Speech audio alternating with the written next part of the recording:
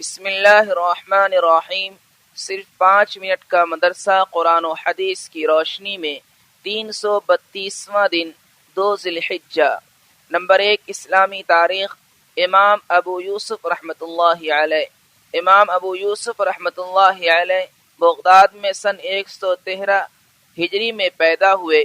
وہ امام ابو حنیفہ رحمۃ اللہ علیہ کے شاگردوں میں سب سے زیادہ مشہور ہوئے۔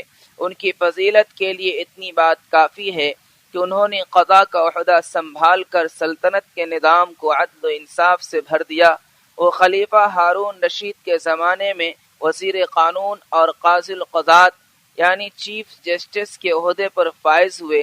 ان کی کتاب الخراج ملکی دستور کا ایک ایسا مجموعہ ہے جس میں خلفائے اربعہ اور خلافت راشدہ کے فیصلوں کو بنیاد بنایا گیا ہے۔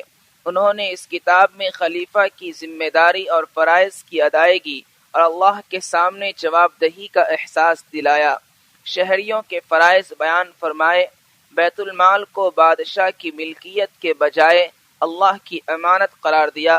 مالداروں سے زکوٰۃ لے کر غریبوں پر خرچ کرنے کا حکم دیا اور ناجائز جزیہ اور ٹیکس لگانے سے منع کیا۔ تہمت کی بنا پر گرفتار لوگوں کو آزاد کرنے کا حکم جاری کیا۔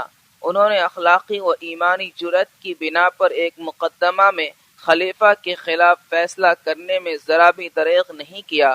جب انتقال کا وقت قریب آیا تو وصیت فرمائی کہ 4 لاکھ درہم مکہ، مدینہ، کوفہ و بغداد کے غریبوں میں تقسیم کر دیے جائیں۔ پھر علم کا یہ سورج سن 182 ہجری میں ہمیشہ کے لیے غروب ہو گیا۔ نمبر 2، حضور صلی اللہ علیہ وسلم کا معجزہ، کنواں کا خوشبودار ہو جانا۔ رسول اللہ صلی اللہ علیہ وسلم کے پاس ایک ڈول میں پانی لایا گیا۔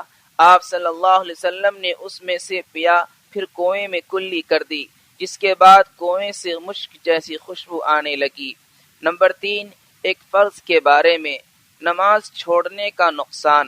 رسول اللہ صلی اللہ علیہ وسلم نے فرمایا، جس شخص کی ایک نماز بھی فوت ہو گئی وہ ایسا ہے کہ گویا اس کے گھر کے لوگ اور مال و دولت سب چھین لیا گیا ہو۔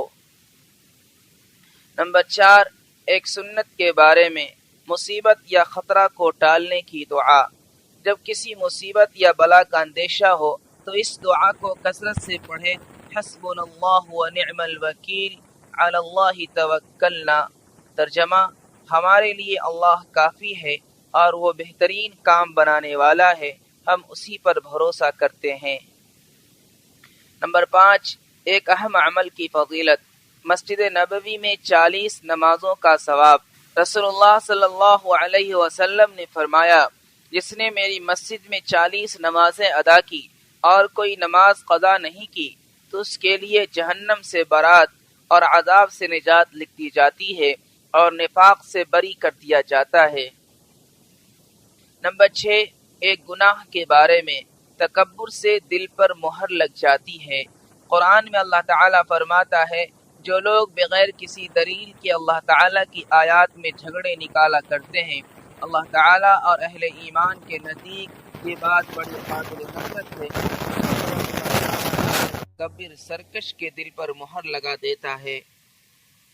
نمبر 7، دنیا کے بارے میں، آخرت کے مقابلے میں دنیا سے راضی ہونا۔ قرآن میں اللہ تعالیٰ فرماتا ہے، کیا تم لوگ آخرت کی زندگی کے مقابلے میں دنیا کی زندگی پر راضی ہو گئے؟ دنیا کا مال و متاع تو آخرت کے مقابلے میں کچھ بھی نہیں، لہذا کسی انسان کے لیے مناسب نہیں ہے کہ وہ آخرت کو بھول کر زندگی گزارے یا دنیا کے تھوڑے سے ساز و سامان کی خاطر اپنی آخرت کو برباد کر دے۔ نمبر 8، آخرت کے بارے میں، مومنوں کا پل صراط پر گزر۔ رسول اللہ صلی اللہ علیہ وسلم نے فرمایا، پل صراط پر مؤمنین رب سلم سلم، اے رب سلامتی عطا فرما کہتے ہوئے گزریں گے۔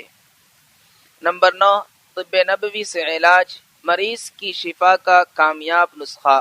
رسول اللہ صلی اللہ علیہ وسلم نے فرمایا، جس شخص نے کسی ایسے مریض کی عیادت کی جس کی موت کا وقت ابھی نہیں آیا ہے اور اس کے لیے 7 مرتبہ یہ دعا کی، اسأل اللہ العظیم رب العرش العظیم ان یشفیک، تو اللہ تعالیٰ اسے ضرور شفا عطا فرمائیں گے۔